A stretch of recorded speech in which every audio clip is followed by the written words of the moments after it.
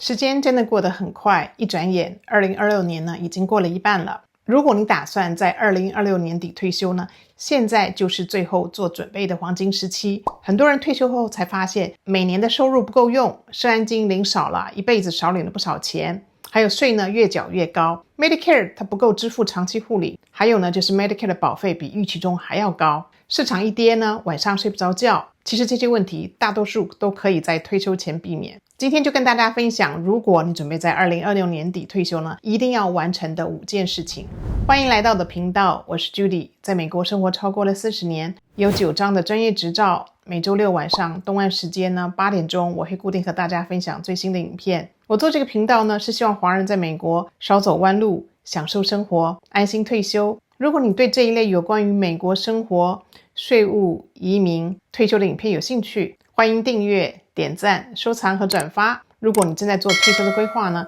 有很多重要的问题需要提前的准备，例如说如何避免退休金被强制提领，退休前必须要规划的几件事情，还有准备退休的时候几个关键的时间点，何时提领 Social Security Benefit 等等。我整理了一本有关于退休规划的电子书，里面就把这些问题做了系统的整理。电子书的连结呢就放在影片下面的资料栏里面，你可以下载电子书。第一件事情就是确认你的退休储蓄到底能够提供你多少的退休收入。很多人准备退休的时候呢，他可能关键的第一件事情就是我有多少资产。其实真正的问题是这些资产呢每年能提供我多少的收入，而退休以后呢，你最大的改变之一就是薪水停止了。从这天开始你的所有生活费主要来自于4个来源。第一个就是 Social Security Benefit， 第二个是雇主提供的退休金，比如说 Pension、 401k、 403b， 那还有投资的收入，包括了股票、基金、ETF、 出租房的房租等等。最后一个呢就是自己的退休储蓄了。其实退休之后有很多开支是我们预先没有想到的，除了生活固定的开支之外呢，还要考虑到比如说像医疗保费的涨价旅游的费用或者是次数增加了，还有万一车子坏了老旧了需要换车，房子老旧了呢也需要修理，甚至于帮助子女买房子，或者是他们工作上出现了问题，在财务上需要帮忙的时候帮他们渡过难关。还有就是不管退不退休呢，我们都会遇到的通货膨胀。结果很多人退休后才发现原来自己的花费呢并不会因为退休而减少。所以针对你的退休储蓄到底提供多少退休收入的问题呢，我们要考虑的几件事情就是，第一个，提领率是否符合目前的需求，同时钱又够用。那很多朋友都会听过有 4% 的退休金提领法则。这个 4% 的退休金提领法则就是指说，退休第一年呢，从投资组合中领总资产的 4%， 之后每年依照了通货膨胀调整了提领的金额。那目标呢就是让退休金呢有机会维持至少30年。但是如果退休初期遇到了股市长时间的下跌，通货膨胀持续的升高，再加上了报酬的顺序风险 sequence of returns risk， 都可能让退休金比预期更早用完。那 sequence of returns risk 它指的是退休初期呢，如果遇到了市场大跌，同时呢又持续的提领了退休金，那即使长期平均的回报相同，也可能因为资产过早的缩水而大幅度的降低了退休金能支撑的时间。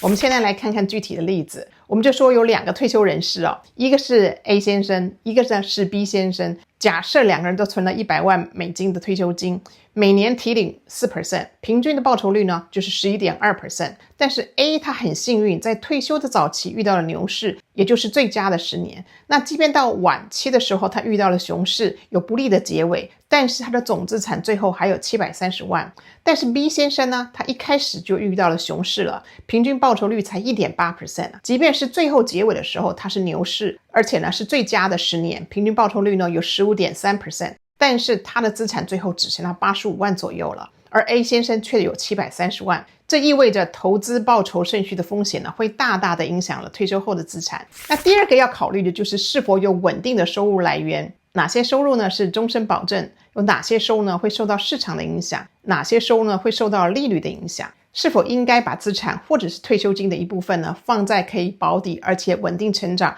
不受到市场波动影响的地方。退休收入最好不要只依赖同一种来源，建立多元收入的来源呢，才能让退休生活更稳定了。退休之后怎么知道市场上发生的变化呢？哪里还有这种整合性的信息可以参考？我开始用 investing.com 这个平台之后啊，我觉得它非常适合在美国的华人投资者。investing.com 这个 basic 的 plan 呢，它是免费的。它主要的功能呢，有第一个呢，提供了全球市场的行情，它可以翻译成全球各国不同的语言，及时呢可以查看全球的股票、ETF、黄金、外汇、加密货币和各国的股市指数。那快速的可以掌握了市场动态。第二个呢，就是它的经济日历。经济日历呢，可以追踪了联准会利率的决议，了解哪些事情可能会影响市场。第三个功能呢，就是提供了公司的财报，可以查看公司的营收、获利、股利及财务的报表，快速的了解了企业的基本面。那第四个功能就是它可以提供技术分析图表，方便于分析的股价的走势。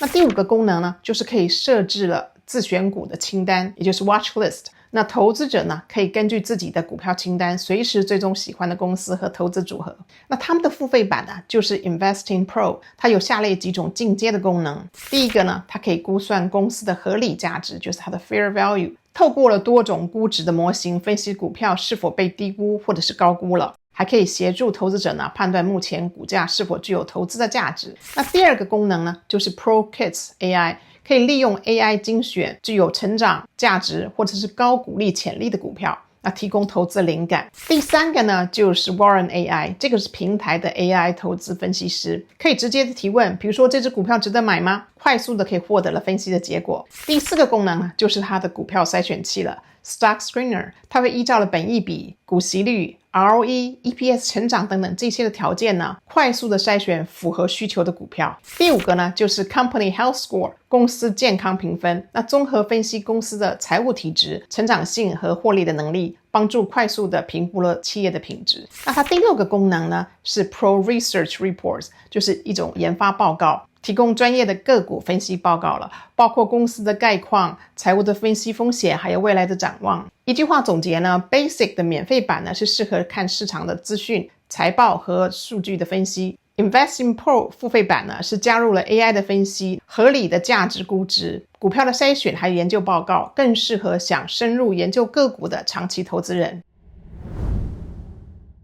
那第二个年底之前想退休可以做的事情，就是制定最适合你的 Social Security Benefit 的领取策略。退休啊，并不代表要立刻的开始提领了 Social Security Benefit。虽然62岁开始呢就可以提领，但是呢，你其实可以延后领取福利。每延后1年呢，退休福利都会有机会增加的。如果你是1960年出生的，那么 Full Retirement Age 呢就是67岁，在 FRA 之后呢才提领了社安金，每年又可以增加 8% 的福利。除了自己的福利之外呢，还有很多人不知道的是，夫妻最大的福利可能来自于 Survivor Benefit， 留下来的配偶可以拿去世配偶 PIA Primary Insurance Amount 的100%。给大家看一个案例，比如说这对夫妻 Danny 和 Maggie 在不同的情况下提领的策略是不一样的。如果太太 Maggie 比先生 Danny 长寿，那么 Maggie 92岁才走，而先生88岁就去世了，那么 Maggie 在66岁的时候提领社安金是最划算的。但是如果 Danny 走得更早，75岁就过世了， Maggie 同样是活到92岁，那 Maggie 就应该在62岁的时候提领，一共呢可以提领到90多万。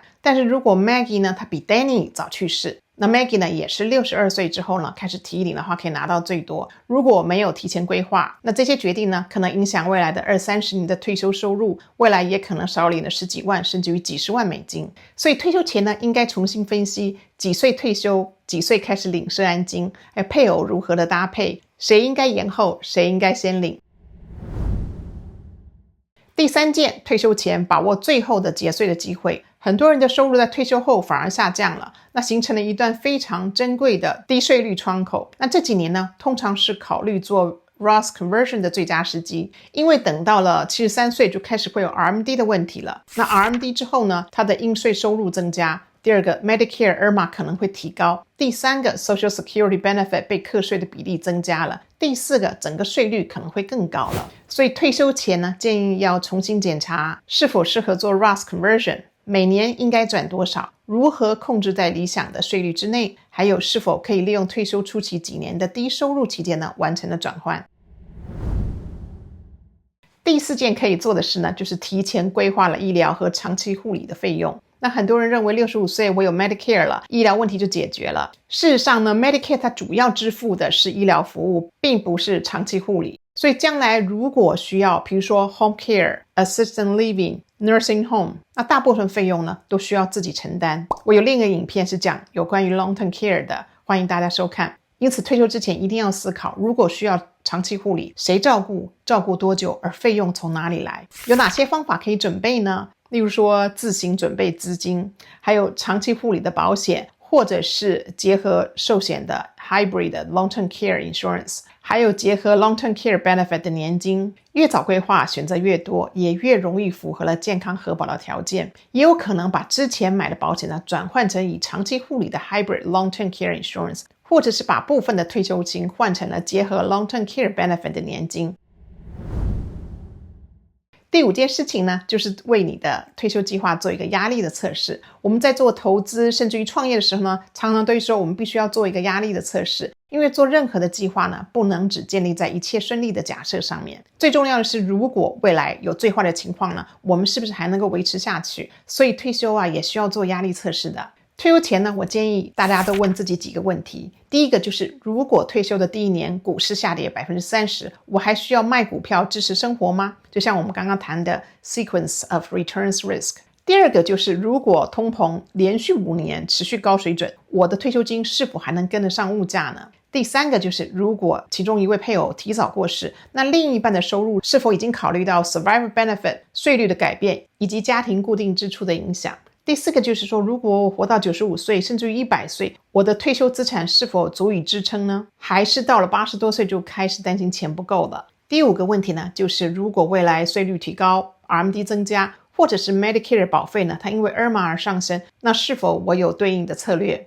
一份好的退休计划呢，它不只是让你在市场好的时候赚钱，更重要的是在市场不好、经济衰退、还有通货膨胀、健康出现的问题，甚至于家庭发生了重大变化的时候呢，依然还能够有稳定的现金流，不会因为恐慌而改变了退休的生活。不是因为未来没有风险，而是你已经为风险做好准备了。希望今天的5个重点呢，能帮你在退休前做最好的准备。第一个呢，就是确定了退休的储蓄能提供年度多少的收入。那第2个呢，就是制定最适合你的 Social Security Benefit 提领策略。第3个是把握退休前的节税与 Roth Conversion 的机会。第4个呢，就是提前规划 Medicare 和长期护理的需求。第5个呢，就是替退休规划呢做一次全面的压力测试。谢谢你的观看，请点赞、订阅、开启小铃铛、留言和转发，我们下个影片见。